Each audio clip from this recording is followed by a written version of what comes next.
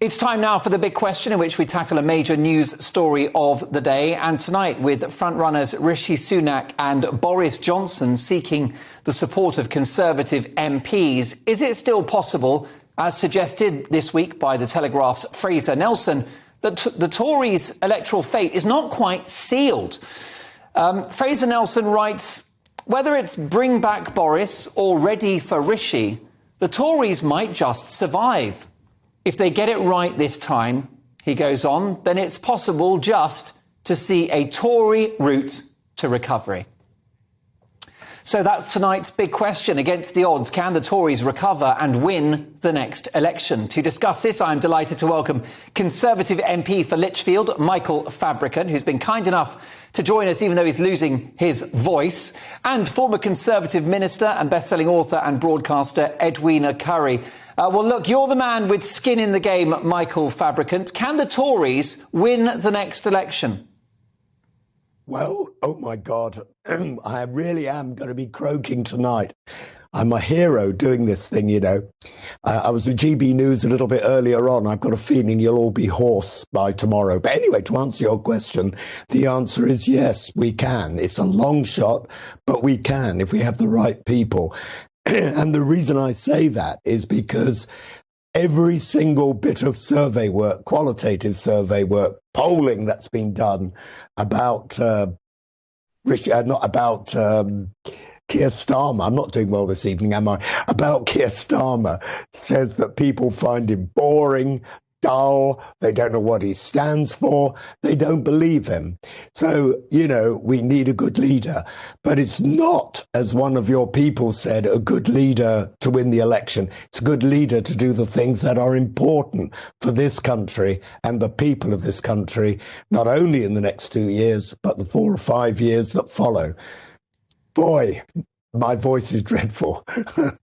Well, listen, you're making plenty of sense, though, Michael, and we'll keep this short so you can get back to that hot toddy. And we are very grateful that you've given us your time, and you probably need a hot water bottle. But I would say that the prospect of Boris Johnson back it doesn't seem to be working. Oh no, the drugs don't work. Michael, you're backing Boris Johnson. Is it a near certainty that he'll run now? I think so. If you look at the work that's been done by Guido Fawkes, who's been keeping a running total. He says that he's got 68 people who've declared for him, but I know there are many, many others who are not publicly declaring. I think an important thing to remember is that only the proposer and the seconder will be published by the Conservative Party. So although I'm on the list, because I've willingly put my name on the list, there are many others who for various reasons don't want to be listed, yet will be in confidence telling the 1922 that they're backing. And in fact, Tim Montgomery, who advises GBNews and was the founder of Conservative Home, his judgment was they could get up to 140. We'll see. Indeed. And it looks likely to be Sunak versus Johnson in the last two. And I just heard earlier from Neil Parish, your former colleague in the House of Commons, who suggested that Sunak may not run against Boris Johnson if it is just the two of them against the membership. So Boris Johnson could be Prime Minister by Monday afternoon. I think that it's highly unlikely that Sunak won't run. But Rishi does know he's not popular with the membership because they think, rightly or wrongly, that he knifed Boris in the back. Now, whether that's true or not, I don't know. But that certainly is the perception. No, I think in any event, there should be a choice. I don't like it, you know, when just the MPs make that decision. There are 200,000 or so party members, and they should have a voice too. Can we rule out Penny Mordaunt at this stage, Michael? I don't think you can rule out anybody. And, you know, although Boris, I must ask Edwina, by the way, she's got a cure for this hoarse voice. Edwina looks like the sort of lady who knows how to deal with this quickly. Edwina might magic. Yeah, Edwina might put something on your chest. Michael, before I get to Mrs. Currie, In terms of Boris, then, I mean, the 68 Tory MPs at the moment supporting him. Have you spoken to Boris Johnson? That would be telling. Boris at the moment is in the air, I think, and he's And on flying Cloud9. back.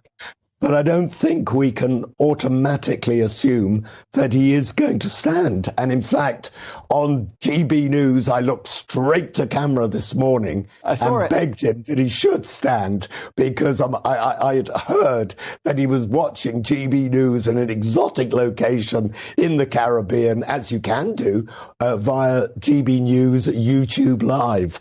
And I hope that he will stand, but he will make a decision on that tomorrow. And you asked, before I started going on about my throat again, Penny Mordaunt. Well, Penny Mordaunt, I suppose it depends whether Boris's people, I mean, I think a lot of supporters of Boris, including, the MPs, also take the view that they don't want Rishi because of what happened before. Maybe they would go to Penny Mordaunt. I don't know. But look, we will find out by lunchtime or tomorrow evening whether Boris is declaring or not. I hope he does. I think he gets the big calls right. I think he's going to be good for the country. And think of all the things that we did do. Not only Brexit, not only getting the first vaccine program and helping Ukraine, but people always forget. I had this with a BBC reporter earlier today when she was interviewing me. And she said, Brexit is a bit of a failure, because a lot of these people, they just can't believe that the whole debate is over. And I was pointing out to her that everyone said we wouldn't have a free trade deal with the European Union, that it would be impossible unless we accepted European Union laws, because it had never been done before. And you know what? We did it. So the point is, Boris does get things done. So I really do hope that he will stand.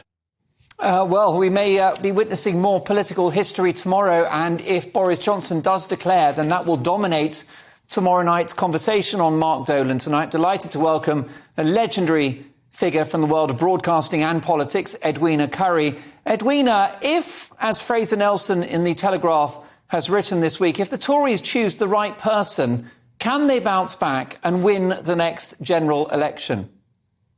Oh, yes, I'm quite sure that that in principle is correct. My commiserations to Michael. There is only one recipe, Michael, that will cure your sore throat, and that's to stop talking. Wishful thinking, Edwina. So, Edwina, let's hear what you think. Right. But what we have to do is have both a credible government, and it's not just a leader, it has to be the government.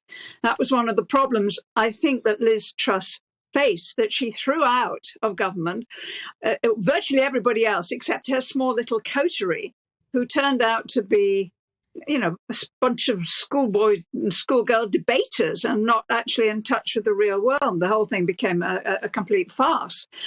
So we want good government with strong teamwork, a sense of cabinet responsibility. And that includes actually discussing things properly in cabinet so that the decision about what happens in health or what happens with Ukraine and the Treasury, it all kind of fits together in some kind of grown-up way. If we can do that, get the country back on track after the miserable few months that we've had, try and make sure that we've mitigated as far as possible the cost of living crisis, that we are still proceeding in Ukraine, where it does seem to be going rather well, and that we're ready with a bit of resilience for whatever future crisis might happen, then I think we've got every chance of winning the next election. But it will not be easy, Mark, because the last one, we had two very big things working in our favour. One, Michael has already alluded to, and that was Brexit, because the Labour Party had made it quite clear they wanted to row back on Brexit and have us back with the European Union. But the other, of course, was the sheer electoral gift of Jeremy Corbyn.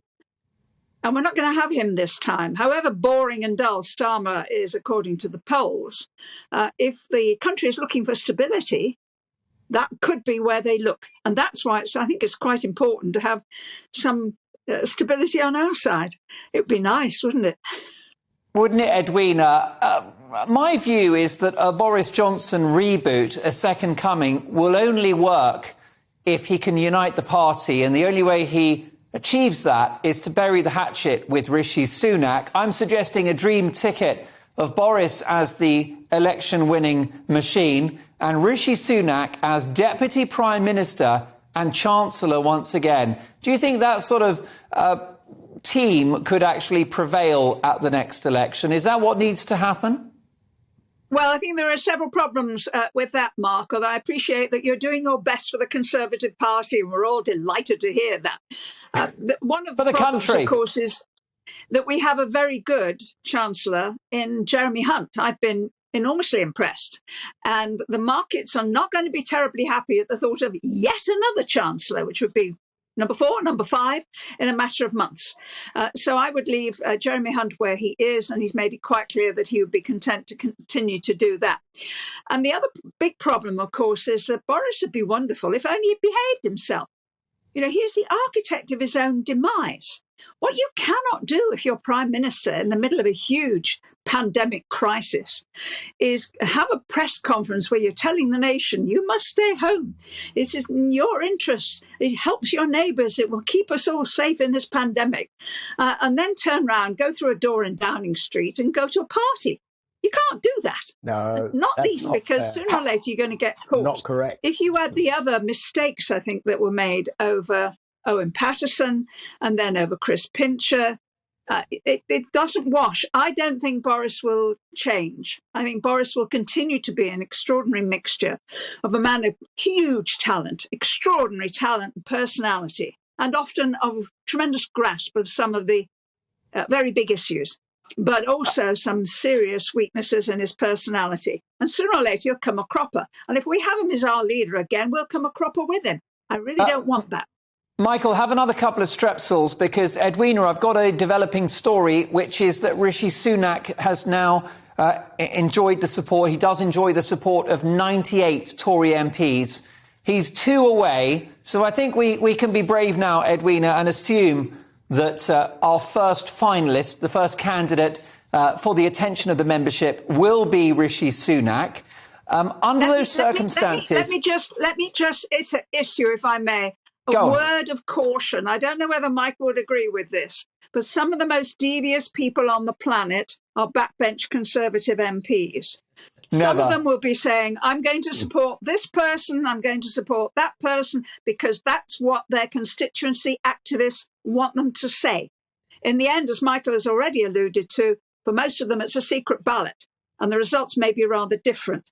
On the first occasion that Boris tried to become Prime Minister, as you recall, in the summer of 2016, everyone thought he was a shoo-in until he actually did some counts of real people, and he found he did not have anything like the support that he required. And I think that could well be the case again. Edwina, are you casting doubt on Boris's ability to hit 100? You are. OK. And in a word, Edwina, can Rishi Sunak win an election as leader of the Conservative Party? Because we know that Boris has the pedigree to do just that. Does Rishi have the same? Oh, I think he could. My own feeling for Rishi is, but bearing in mind he's not been in Parliament all that long and he's had a meteoric rise, I would give him 2 little bits of advice. The first is there's no harm being on the backbenches for a while. You do mature an awful lot when you are looking at the front bench from several rows back, and you begin to understand a lot more about British politics and British people and our needs. And the other is, I really feel he needs to have a conversation, does Rishi, with his wife. There's something not quite right about somebody being Prime Minister of the country, perhaps having to impose higher taxes, and having a wife at home who is a non-dom. I'm not against non-dom status. I think it's very, very useful for a lot of people, attracts a lot of excellent people to our country. But to have one of them actually living in Downing Street is a bit of... that gets hard to explain when you're on doorsteps. Michael, final word goes to you. Edwina, they're casting doubt on Boris's support, given that it's a secret ballot. Perhaps that figure of 68 supportive Tory MPs is fool's gold. I don't think so. We have a WhatsApp group, and Edwina is absolutely right. Backbench MPs are very devious, but some would have to be incredibly devious with what they're saying, and then if they weren't going to vote for him. I just wanted to pick up one thing about this Partygate, which people miss time and time again. Prime ministers and ministers take advice from their civil servants. The advice was that if you are in a work bubble, it is different from not being in a work bubble. And that is the reason why so many career civil servants also got penalty notices from the police. There's a whole argument about whether or not they did break the law because they didn't actually appeal.